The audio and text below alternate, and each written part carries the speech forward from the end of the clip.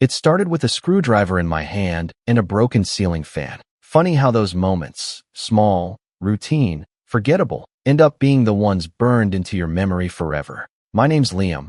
I'm 38, and I've always been the kind of guy who fixes things.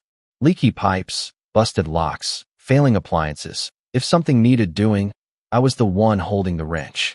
Not just around the house, either. I fix things for a living. Self-employed handyman, decent reputation, lots of regulars. But fixing families? That's a whole different beast. And let me tell you, some things aren't worth repairing once they've snapped too many times. When I met Elise, she was 2 years out of a nasty divorce with a guy who bailed on her and their kids, Emma and Noah, without so much as a child support check. I wasn't looking to be a father. I just wanted someone to come home to. Someone who wouldn't roll her eyes when I talked about replacing old wiring or how the price of copper was getting ridiculous again. Elise was warm, beautiful in a quiet way, and always listening. That was the trap, I think. Some people are really good at seeming like they're present, like they're building a life with you. Until one day, you realize you're the only one holding a hammer. Emma was 13 when I moved in. Noah was 10. I wasn't trying to be dad. I knew better than that. I didn't push.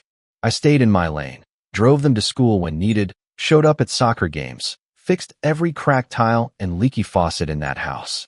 I kept things running. Not just physically, either. I paid the bills, handled the budgeting, even helped Emma with math homework when she'd let me.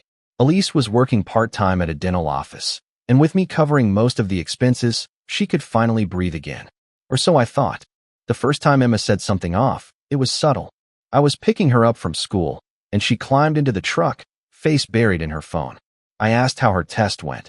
Normal stuff. And without looking up, she said, "You don't have to pretend to care." Just like that. No venom, but no warmth either.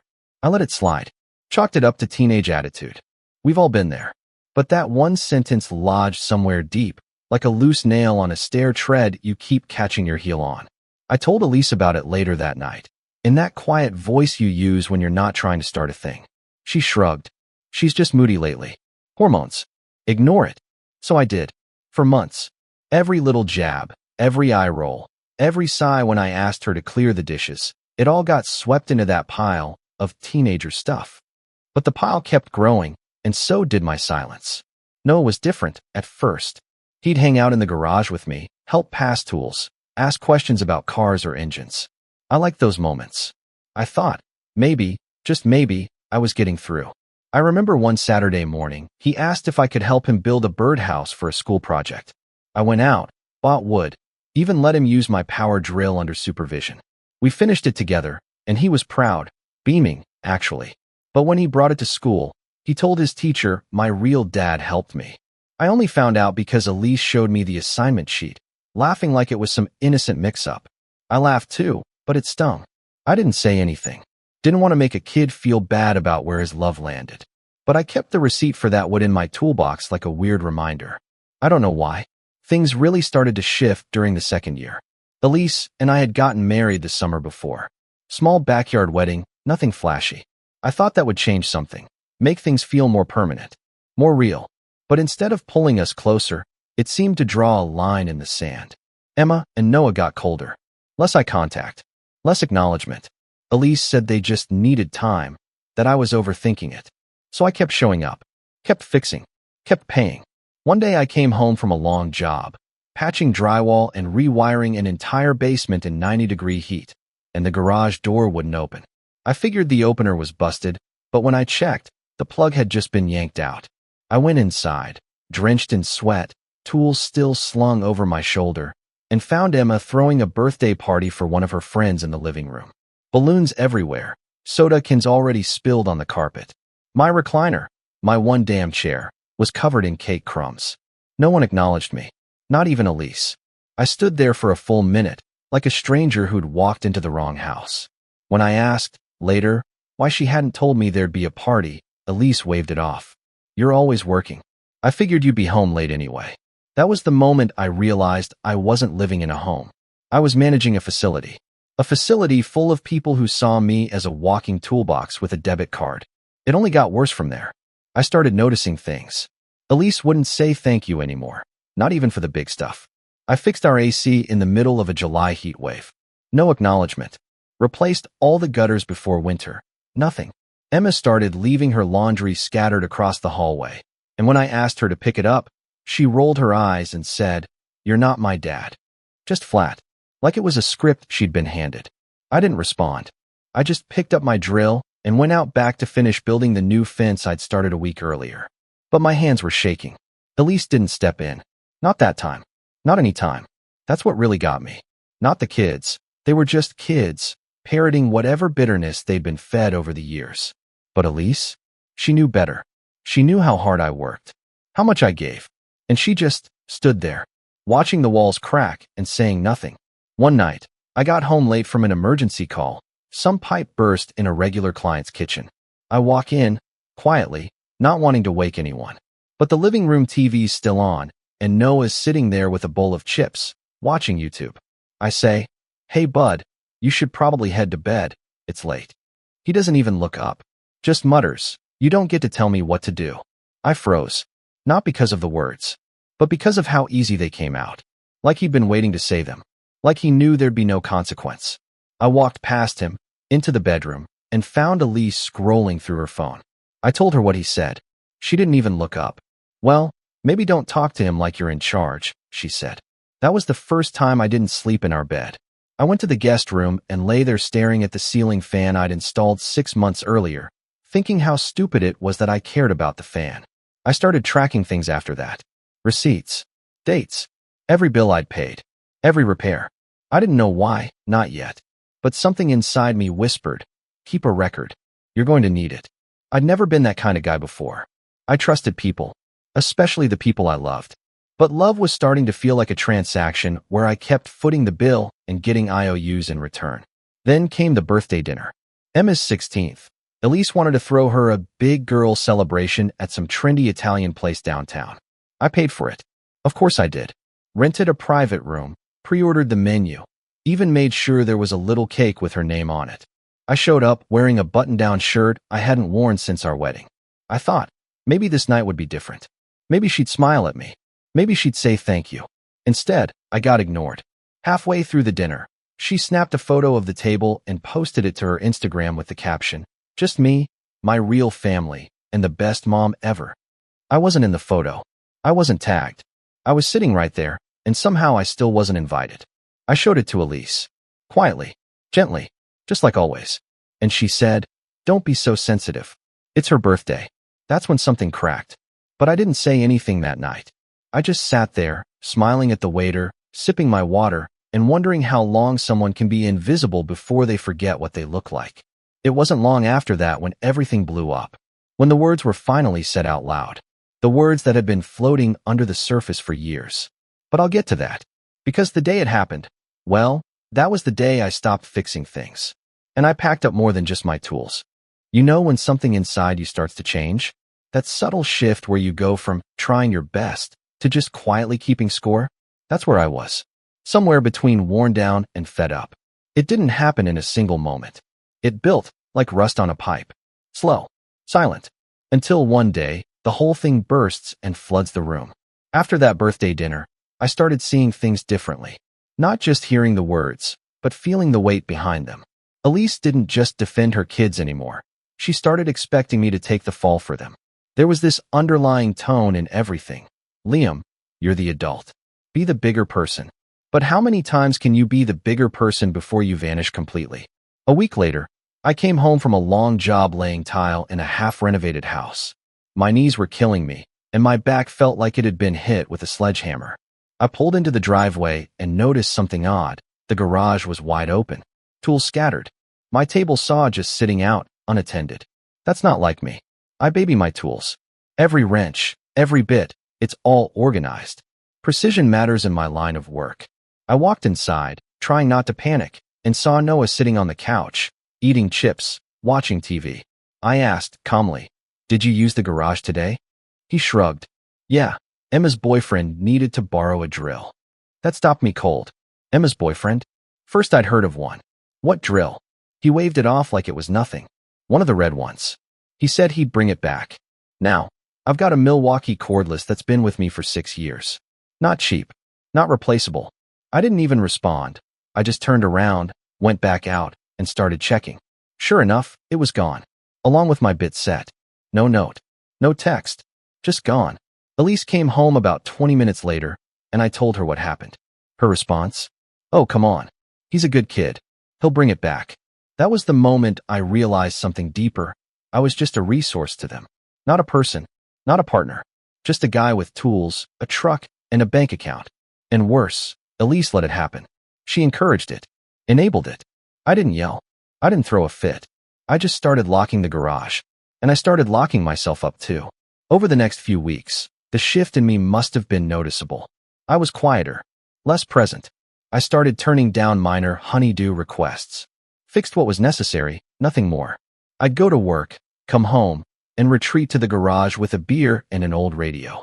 That little radio kept me sane. It played static half the time, but at least it listened. Then came the morning of the car issue. Emma's car, a used Honda Elise, and I split the down payment on, wouldn't start. I told them it needed a new battery weeks ago, but no one listened. So when it finally died, Emma stormed into the garage like she owned the place. You need to fix my car, she said, arms crossed. Not can you help me? Not even a hello. Just a demand. I put down the wrench I was holding and looked her straight in the eye. You can say please. She scoffed. You're acting like I owe you something. And that right there, that sentence, that's when I knew we were on borrowed time. I don't need to fix your car, I said. I'm not your mechanic. She rolled her eyes and stormed back inside. An hour later, Elise came out, angry. She's late for school because you're playing power games over a battery? I stared at her like I didn't even recognize her anymore. Elise, I said slowly, I warned you that battery was going bad. I'm not going to reward her disrespect by jumping to fix it like some pit crew. She can talk to me like a human, or she can wait until I have time. She didn't say anything, just turned around and slammed the door. That slam echoed louder than any words. That night, I found my dinner cold on the stove. No plate set for me. No check-in. Just silence. And the sink was full of dishes. Emma's, Noah's, even Elise's. Like they were waiting for me to clean it up out of habit. But I didn't. I sat in the garage again, that little radio crackling away, and wrote down every monthly bill I paid. Mortgage, electric, insurance, groceries. My handwriting got tighter with each line. I wasn't making a list anymore. I was building a case. The betrayal came the following weekend. Elise had been distant all week, barely saying a word. Emma and Noah didn't even bother pretending anymore. They walked past me like I was drywall. I overheard Emma once refer to me as the guy who lives in the garage. Noah laughed. Then Sunday hit. I'd planned to install new shelves in the laundry room. Elise had been asking about it for months. I figured maybe, just maybe, a gesture would smooth things over. I got up early, made coffee, started measuring the wall. That's when I noticed my drill set, the one I'd bought as a gift to myself 2 years ago, was gone. Again, I checked the garage. Toolboxes rummaged through. Bits missing. My soldering iron? Gone too. I stood there for 5 minutes, heart pounding, trying to keep my cool. I walked back inside and found Emma lounging on the couch with her boyfriend, eating breakfast like they owned the place. Elise, I called out, sharper than usual. She came into the hallway, eyes tired, annoyed. Did you let them take my tools again? I asked. She didn't answer right away. Then she shrugged. Emma said you weren't using them this weekend. They'll bring it back. No apology. No regret. Just a casual shrug like I was being dramatic. I stared at her. I didn't yell. I didn't make a scene. I just asked one question. Do you even respect me anymore? She blinked. What kind of question is that? It's a simple one. Do you? She hesitated. That pause said everything. It's not about respect, she finally said. It's about knowing your place. You knew what this family was when you signed up. You're not their real father. And there it was. Out loud. No pretense anymore. That sentence hit harder than anything I'd heard in my life. Harder than my own father telling me I wasn't good enough to take over the family business. Harder than my ex walking out 10 years ago. Harder than working double shifts to make ends meet. I nodded. Swallowed. Said nothing. Then Emma's boyfriend, still chewing his toast, chimed in. Yeah, man. You're just kind of there. That broke something in me. I turned to Emma. Give me one good reason I should keep doing anything for this house. She stood up, arms crossed. You're acting like a victim. You're not our dad. You never were. So stop pretending you matter. Elise said nothing. Not a word. Noah came out from his room, groggy. What's going on? And Emma snapped, "Liam's being a baby again." He added, with a snort, "You're not our real dad, dude. Get over it." I looked around. At these kids I drove to school. Federal taught. Helped. At the woman I thought I married. The silence in her eyes. That was the moment. I didn't shout. I didn't cry. I just walked back to the garage, grabbed my tool bag, packed what I could. My drills, my saw, my levels. I loaded them into my truck with calm precision. One by one. Like clockwork. Elise followed me out halfway through. "Where are you going?" she asked, voice sharp now. I didn't look at her. Just opened the truck bed. "You'll miss me," I said, "when the bills show up." Then I got in, turned the ignition, and pulled out of that driveway like it never belonged to me. I didn't leave a note. Didn't take a single thing that wasn't mine. That was 2 weeks ago. Since then, I've gotten 6 missed calls from Elise. A dozen from unknown numbers. I don't answer them. I don't answer unknown numbers anymore. Because when a family tells you you don't matter, you believe them. Or at least, I used to. But the thing about walking away? Sometimes it gives you the clearest view of what you've really built. And what they've taken for granted. The first night after I left, I slept in the back of my truck.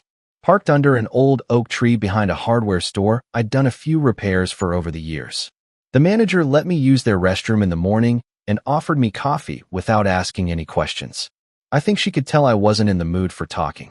It wasn't that I didn't have anywhere to go. I had options. But I needed a moment to just be. No noise. No accusations. No fake smiles or quiet betrayals.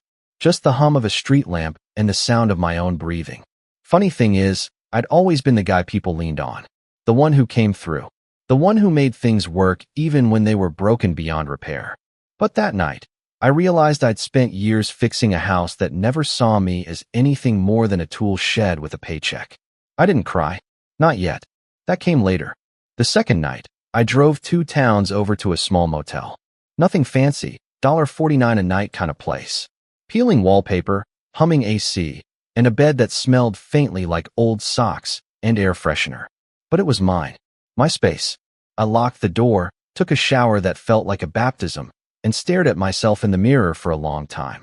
My beard was scruffy, my eyes were tired, and there was a line between my brows I didn't recognize. I looked like someone who had spent a lifetime giving and had finally run out of rope. The fall didn't happen all at once. It came in waves. I didn't take on jobs for a few days. Turned off my phone. Just existed. I walked around parks, sat on benches, drank gas station coffee like it was fine wine. I watched people, not in a creepy way, just observing. Families laughing. Couples arguing. Teenagers glued to their phones. It reminded me that life moves on, with or without you. And in a strange way, that was comforting. But then came the quiet nights. And the doubts. What if you overreacted? What if they didn't mean it? What if Elise really did love you deep down? That voice in my head, it was insidious. It didn't yell. It whispered. And that's worse, sometimes. Because it sounds like reason. I started to question everything. Was I too sensitive? Was I expecting too much from kids who'd been through a messy divorce? Was I just bitter? But then I'd remember the look in Elise's eyes when I asked if she respected me. That pause. That shrug. Like the question didn't even deserve an answer. No, I wasn't imagining it. They made me feel invisible in my own home. And when I finally spoke up, they made me the villain. That realization, that clarity, became my fuel. It started small. I drove back into town and visited a former client of mine, Mrs. Hargrove. Widow. Sweet woman in her 70s. I'd helped her install a new water heater last year, and she'd insisted on baking me cookies after. When I knocked on her door, she opened it like she'd been expecting me. "Liam," she beamed. "You okay, hon? You look like you've been through the ringer." "I'm getting there," I smiled. "You need anything fixed?" "Lord, yes. That back porch step is trying to kill me. Keeps wobbling like it's drunk." I fixed it. And then her ceiling fan. And then her broken lamp. She tried to pay me, but I told her to bake me a pie instead. She made 2. Word got around. Quietly. No social media. No ads.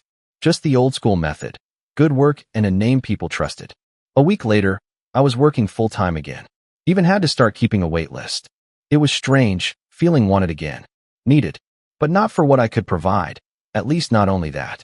These clients appreciated me. They said thank you. They offered lemonade and listened when I talked. Small things, sure. But when you've been starved of kindness, even a drop can feel like rain.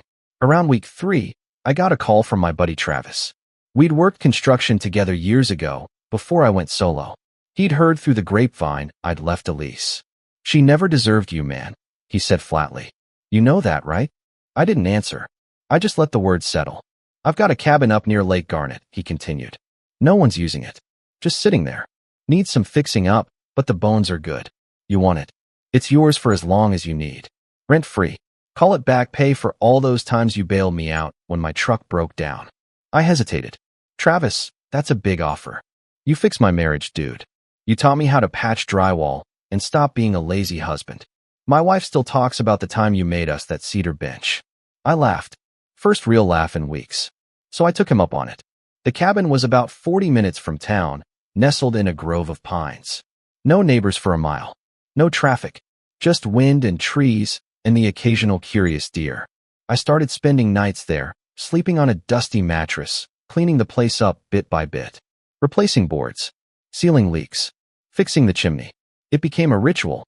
I'd work jobs during the day, then come back to the cabin and rebuild my own space. Not just physically, mentally. For the first time in years, I didn't have to walk on eggshells. Didn't have to brace for sarcasm or side eyes. I could breathe. And then one morning, I got a letter. Not a text. Not a voicemail. An actual letter. Left in an envelope on the windshield of my truck while I was at the hardware store. No return address. Just my name. Inside was a folded sheet of lined paper. Handwritten. "Liam, I know you're angry. I know you think we don't care. Maybe we didn't show it the way we should have. But I miss you. We all do. It's not the same without you. The sink's leaking again. The lawn's overgrown. Emma's car won't start, and Noah's been quieter than usual. I didn't know how much you held everything together until you were gone. Please come back. Or at least call. E." I stared at that note for a long time. And for a moment, I felt that old tug. That desire to fix. To return. To be useful. But I also remembered Emma's voice, sharp and certain. "You're not our dad. Stop pretending you matter." And Elise's silence. I didn't call. But I didn't throw the letter away either. I kept working. Kept building. I refinished the cabin floors. Installed shelves. Set up a tiny workshop in the shed out back. Bought a grill. On weekends, I'd fish at the lake or read on the porch with a cold drink in hand. Peace started to feel normal again. One night, I got a call from an unknown number. I almost ignored it. Old habit. But something told me to pick up. "Hello." Silence for a moment. Then, "Liam? It's Noah." I didn't say anything. He took a breath. "I just wanted to say I'm sorry. For what I said. I didn't mean it. I was just mad. But I shouldn't have said that." His voice cracked. "It's been weird without you. The house is quiet. Mom's been stressed. Emma's been fighting with her boyfriend. And I started fixing the fence, but I don't know what I'm doing." I swallowed hard. "I don't know if you'll ever come back," he continued. "But I wanted you to know I miss you. I really do." I still didn't say anything. But when he hung up, I sat on that porch and let the tears fall. Not because I was sad, but because, for the first time, someone from that house saw me. Really saw me. Still, I didn't go back. Not yet. Because the rise isn't about being needed again. It's about deciding whether you want to return, and whether they've earned the right to have you. The next part of the story? That's when the tide finally turns. When they realize just how much I built, and just how much I took with me when I left. They say time heals all wounds, but I don't think that's true. Time doesn't heal, perspective does. Time just gives you the silence to finally hear yourself think. And once I had that, once I stepped far enough away from the chaos, I started seeing everything clearly. Every backhanded comment, every dismissed effort, every time I was told, in one way or another, that I didn't matter. But now I wasn't angry. I was focused. I had been invisible for too long. But I had something they didn't, proof. Proof that I kept their lives together like mortar between bricks. That the second I stepped away, the whole house started to crack. And not just emotionally, either. I'm talking about the literal house. The mortgage, the water heater, the insurance, the appliances. I had handled it all. Elise never learned how. And as much as she wanted to pretend otherwise, Emma and Noah had no clue what it took to keep a home from collapsing in on itself. And now, they were finding that out the hard way. But I wasn't going to just sit on my porch and let that be the end of it. No, that would be too easy. Too passive. I wasn't just going to move on. I was going to make a point. A quiet, undeniable, well-executed point. So I started planning. First, I took inventory. Not just of my tools and gear, but of my contributions. I had every receipt, every invoice, every Home Depot charge and auto-pay confirmation saved in my email. Years of expenses. Thousands of dollars. Groceries, birthday parties, gas money, home repairs, property taxes. I printed it all out and organized it into a binder. Every month, every dollar. Color-coded. Tabbed. Labeled. It wasn't about the money. It was about the record. The truth. If Elise or anyone else ever tried to twist the story, claim I hadn't done enough, or that I walked out, I could flip that binder open and let the numbers speak. Next, I made sure my name was off everything. The house. That was in her name alone. She'd insisted on that years ago, said it made things easier with her ex. Back then, I didn't care. I didn't need credit. I was just happy to help. Now, that worked in my favor. I'd set up all the utility accounts in my name over the years, mostly because she wasn't great with bills and I wanted things paid on time. Electricity, gas, internet, water, I had been the one paying. So I called each company and had them terminate service effective the following billing cycle. They'd get a notice, a warning, a chance to transfer it over. I wasn't cruel, just efficient. I also called the insurance company.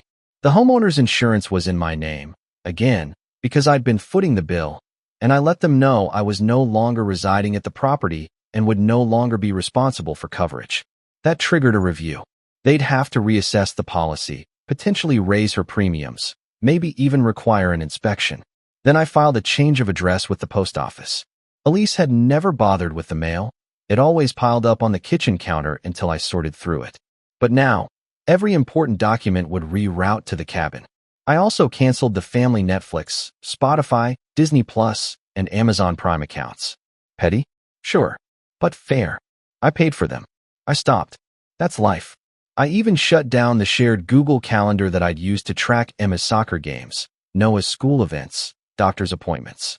Nobody had ever thanked me for setting that up anyway. But I wasn't done yet. I reached out to Travis, remember him? The buddy who gave me the cabin, and asked if he still knew a guy who worked at the county records office. He did. Turned out, the house Elise lived in had an old zoning issue that had never been resolved. Nothing major, but it could be enough to cause delays if she ever tried to refinance or sell. I didn't weaponize it, just made sure she was aware. Sent her the contact info, very politely, in an envelope with a sticky note that read, "Since I'm no longer the one maintaining things, you'll want to follow up on this before it becomes a problem. L." No threat, no accusations, just the subtle pressure of consequences. And then, of course, there was the community. See, Elise and I had mutual friends, neighbors, her coworkers, people who used to smile and wave when we passed by on our walks. Some of them reached out after I left, curious, concerned, confused. So I invited a few of them up to the cabin one weekend. Nothing formal, just beers, burgers, and conversation. And when they asked what had happened, I didn't badmouth Elise. I just told the story, calmly, clearly, fact by fact. I paid the mortgage for 3 years. I handled the repairs, the bills, the insurance. I never asked to be called dad. I just wanted respect. But when I set a boundary, they told me I didn't matter. So I left. That's all I needed to say. People connect dots on their own, especially when they start hearing that the house is falling apart. That Emma's car broke down again. That Noah's been asking neighbors for help fixing things. That Elise looks tired all the time at work. The story started spreading. Quietly. Naturally. And meanwhile, I kept building.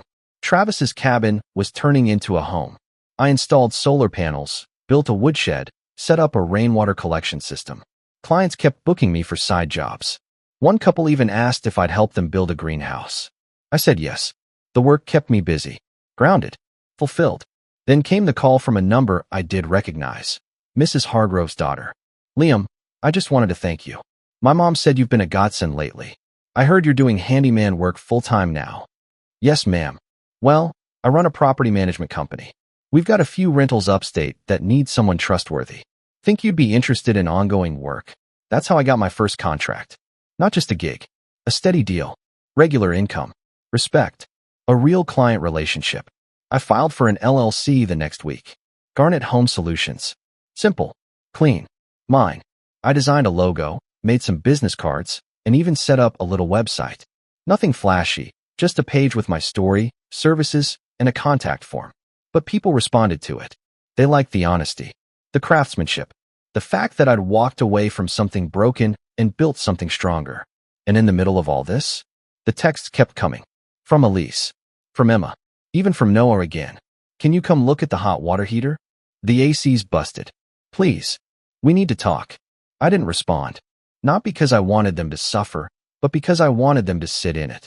To feel the absence of the man they'd once treated like a shadow in the background. Then one day, I got a voicemail. Elise's voice. Soft. Tired. Liam, I know I was wrong. I know the kids were cruel. I should have said something that day. I should have defended you. I didn't realize how much you were holding us all up until you left. Everything's falling apart. And I don't just mean the bills. The energy's gone. The warmth. It's like the house doesn't breathe anymore. I don't expect you to forgive me. But I just needed you to know that. I see it now. I really do. I listened to that message 3 times. Then I saved it. Because it wasn't an apology. It was realization. But the revenge? That's not about making someone grovel. It's about making them recognize your value. And I wasn't done showing them just how much I mattered. The real turning point was still coming. A perfect opportunity. One I hadn't even planned for, until the day I found out what Emma had done behind Elise's back. And that changed everything. By the time the opportunity for revenge arrived, I no longer needed it to feel whole. That's the funny part. I'd rebuilt myself. I had my own business, a growing network of loyal clients, a quiet cabin in the woods, and peace in my bones. I'd stopped thinking about them every day. The bitterness that once lived in my chest had turned into something cooler, calmer, like smooth stone after a storm. But I'm still a man who believes in balance, in cause and effect. And if karma needed a little nudge to set things right, I'd be glad to help. It started with a text from a number I didn't recognize. No name, no context. You need to know what Emma did. I stared at it for a moment, then replied. Who is this? A few minutes later came the answer. Mallory. I used to be friends with Emma. We had a falling out. I don't owe her anything anymore. And I think you deserve to know. I knew the name. Emma used to have her over all the time when I lived there. Loud, chatty girl, always glued to her phone. Back then, I mostly just waved and kept out of the way. Mallory didn't waste time. She sent screenshots. Apparently, a few months before I left, Emma had gotten into some trouble with school, a cheating scandal involving a group chat, plagiarized essays, the whole thing. Parents were contacted. Emails were sent. But not to Elise. Because Emma had listed my email on her school records as the primary guardian. So guess who got the warning? Who got the report? Who received all the emails from the school's vice principal? Me. And I never saw them. Why? Because Emma had gotten into my laptop. She knew the password. She'd seen me type it in a few times. And she went in, deleted the emails, and even set up a filter to forward school correspondence to an old Gmail address she had access to. Her own personal dead drop. Also, her mom wouldn't find out. And the kicker? She used my name to respond to one of the teachers. Pretended to be me. Said she'd handle it. Mallory sent me a screenshot of that email too. Thanks for reaching out. I've spoken with Emma, and we'll make sure this behavior doesn't continue. Please keep me updated. Liam B. My stomach turned. Not from the betrayal. I was numb to that by now, but from the implications. She impersonated me. Interfered with school administration. Covered up academic fraud under my name. This wasn't teenage rebellion. It was calculated. And it gave me the last piece I didn't know I needed. Proof. Not just of disrespect, but of deception. I thanked Mallory. She didn't ask for anything in return. Said she just wanted to do the right thing. I told her she already had. Now it was time to act. Not out of anger, but out of principle. I waited 2 days, then drove into town and made a few stops. First, I visited the school. Sat down with the vice principal, the same one who'd received those fake emails. I'm not looking to cause trouble, I said, but I believe a student impersonated me to interfere with school communication. I'd like to clear my name. He raised his eyebrows, cautious. So I handed him a copy of the email chain, then the screenshots from Mallory, then a notarized statement from me confirming I never wrote, sent, or authorized any of the messages in question. He sat back, quiet for a long moment. She's not the first student to try something like this, he said. But usually it's not this elaborate. What happens now? I asked. She'll be called in. And so will her mother. I nodded. That's all I needed. I left the school knowing I wouldn't be there to see the fallout. I didn't need to be. That wasn't the real revenge. That was just accountability. The real revenge? That came a week later, when Elise called. Not texted. Called. I answered calmly. Liam, she said, and I could already hear the tremble in her voice. Did you report Emma? No, I said plainly. I gave the school accurate information when I was made aware of what happened. They're handling it. She suspended. Elise said, like I should be shocked. They're putting it on her record. She might lose her scholarship opportunities. She shouldn't have impersonated me. You could have come to me first, she snapped. I let the silence hang before I responded. Like how you came to me when she called me a stranger in my own home. When she borrowed my tools and gave them to her boyfriend. When Noah told me to shut up and you said nothing? No, Elise. That door swings both ways. She didn't reply at first. Then, I thought you were better than this. I almost laughed. I am better than this. That's why I walked away instead of burning it down. Then I hung up. Clean. No drama. Just the click of closure. But I wasn't quite finished. You remember that binder I made? The one with every bill, receipt, and expense I covered during the years I was with Elise. I scanned the whole thing, organized it as a PDF, and I sent it to her. Not with a demand. Not with a message asking for repayment. Just a short note. Since you're now managing the household, I thought you might need a reference for what it actually costs to keep it running. I covered these for 3 years. You're welcome. Liam. She didn't respond. But a week later, Mallory messaged me again. Elise listed the house. It's on the market. That surprised me. So I checked. Sure enough, 3-bedroom, 2-bath, fixer-upper, needs work, price to sell. Turns out, when you stop patching leaks, the foundation starts to give. According to someone else I knew in town, Elise had defaulted on a few payments. The hot water heater finally gave out. The fence never got repaired. Emma's grades tanked. Noah had started acting out in school. The house wasn't just broken down, it was sour. Like the air had changed. But me? I was thriving. My business had grown. I'd hired 2 part-time assistants. Built a solid online presence.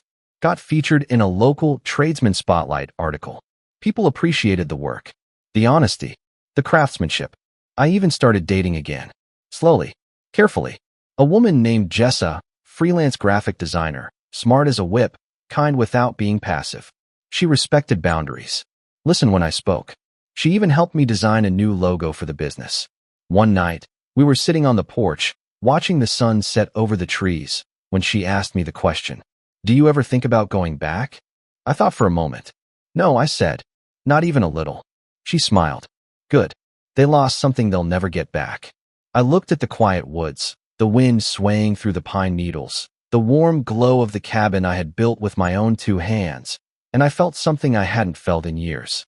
Not revenge, not pride, just peace. And that was enough. But if I had to leave one final message for Elise, for the kids, for anyone who ever looked at someone who loved them and treated them like they didn't matter, it would be this. You don't get to burn the bridge and then act surprised when I don't swim back. I built a better one. And I don't answer unknown numbers anymore.